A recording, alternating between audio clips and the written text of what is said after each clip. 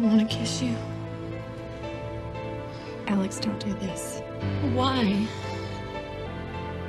Because you're going to like it. If you're in the mood for an easy, cute queer comedy film, look no further than the 1997 indie film It's in the Water. Alex comes from a wealthy family and marries young, as is expected in her small southern town, to a perfectly acceptable man, although it becomes apparent that despite appearances, she doesn't quite fit in. Right? He's a drunk fag. I don't know how you spend so much time with him, honey. I really don't. But he's my very best friend. I never understood it either, Robert. They have always had this odd sort of relationship. At least according to her judgmental mother, and in all honesty, Alex doesn't seem to care much if she does. When the Ladies Society Club decides they will be volunteering at a facility for HIV and AIDS patients, Alex perks up as her best friend Spencer has his partner Bruce in there and is therefore a cause close to her heart. This news, however, leads to much muttering under the breath by the society ladies because, of course, most of the patients are gay men and no one wants a facility like that in their town.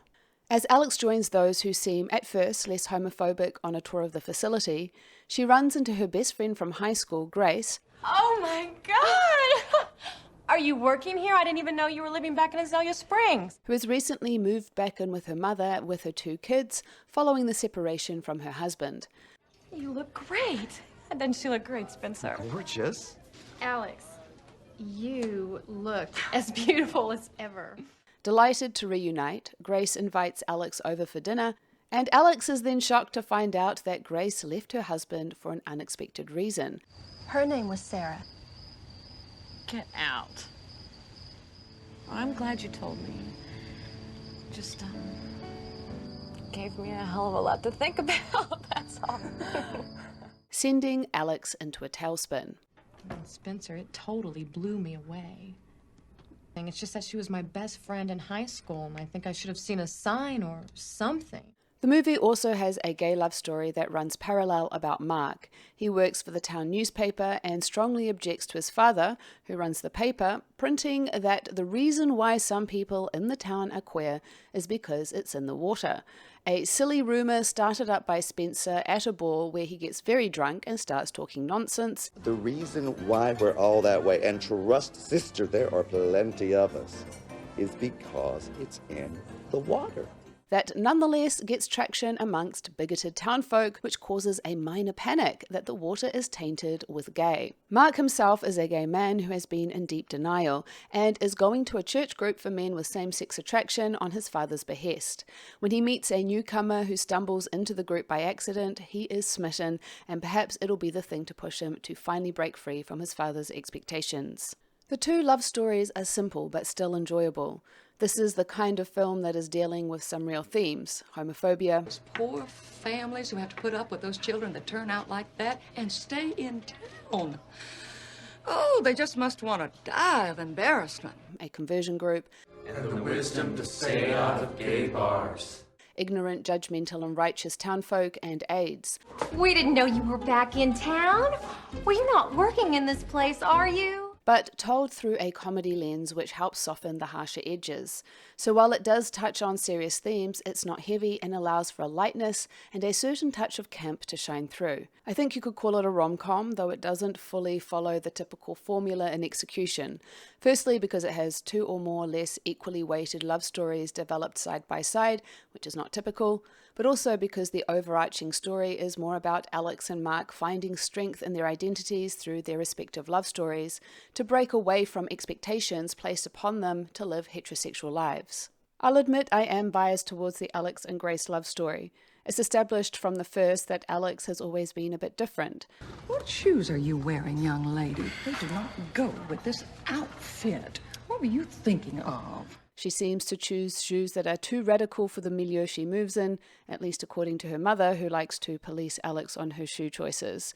I heartily approve of her giving up on the heels as she discovers herself because they look entirely too uncomfortable to wear, and I think that was the point. a metaphor for how she's been shoving herself into a role that she doesn't fit into, doesn't like, and pinches at her. And so she keeps trying different pairs of shoes in the hopes of finding something that will feel right. When she does, they are loafers that come along with a very becoming pant, shirt, and tie combo, for which I wholeheartedly approve of. Comfort is king. Her eventual fashion choice isn't the only indicator that she has sapphic tendencies. There is the fact that she has a gay best friend that her mother can't help making snide remarks about. While she can dress up appropriately when required, her chosen attire is more manly than her mother would like. Alex has had this small-minded chatter in her ear her whole life, which has, in all likelihood, led her to marry young because that is what was expected. But her latent tendencies have always been pushing through. And do we see a theme here?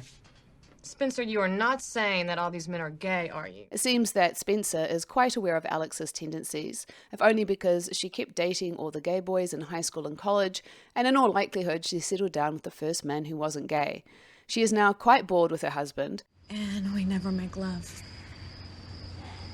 I never thought in a million years that sex would be over before I turned 30. And when she finds out about Grace, it makes her reflect on herself in a way that she hadn't up until now. It leads her to the video store to rent every lesbian film she can get her hands on, with the lesbian behind the counter, intent on reading out every title as she checks it out. Desert Heart, Liana, Personal Best, Heavenly Creatures, Barker, Claire of the Moon, The Incredibly True Adventures of Two Girls in Love.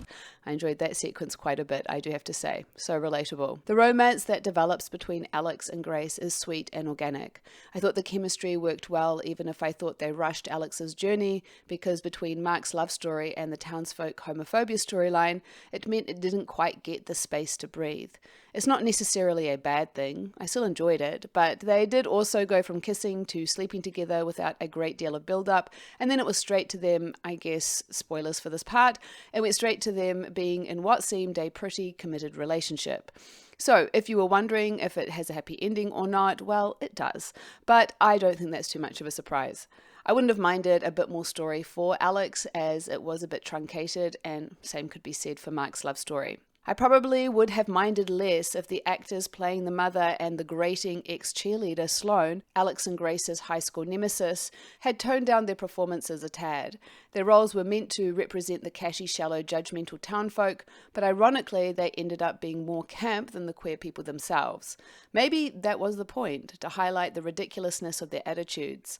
I still found their performances over the top and something of a low point for me. Predictably, Alex's mother takes it as a personal affront when she finds out about Alex.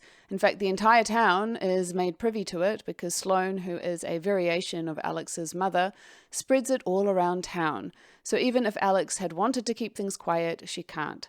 Alex's husband becomes a vindictive man-child intent on making things as difficult for Alex as he can, but the triumph is that Alex simply doesn't care and wants to pursue her relationship with Grace anyway. What is lovely to see is that Alex's father, who clearly has a lot of love for his daughter, takes it all in his stride, as does Viola, the housemaid to Alex's parents, so not every straight person is a bigot in the film. One of the elements I did really enjoy was how many gay people they managed to stuff in there.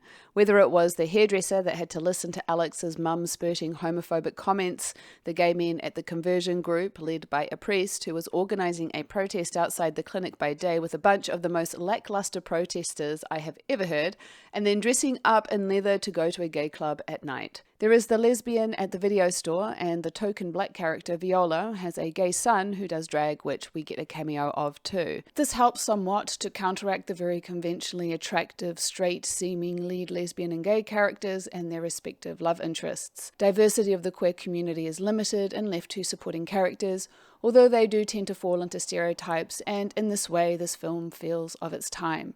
But with so many gays, stereotypical or not, it belies the stereotypes of there being only one gay in the village, especially in more conservative parts of the US, which I appreciated because it felt like there was some community to help insulate against an intolerant wider society. And this is a community Alex has long been tapped into. It makes her own journey that much easier to make. if only because she doesn't have as much of a struggle with her own internalized homophobia. It's a pretty gentle kind of film that doesn't get too deep on any of the issues, and because of it makes for a relatively easy and comfortable watch, dripping in the soft focus 90s aesthetics. If you don't go into it expecting a lot, I think you'll enjoy it quite a bit, especially after a difficult day. Until next time, lady lovers.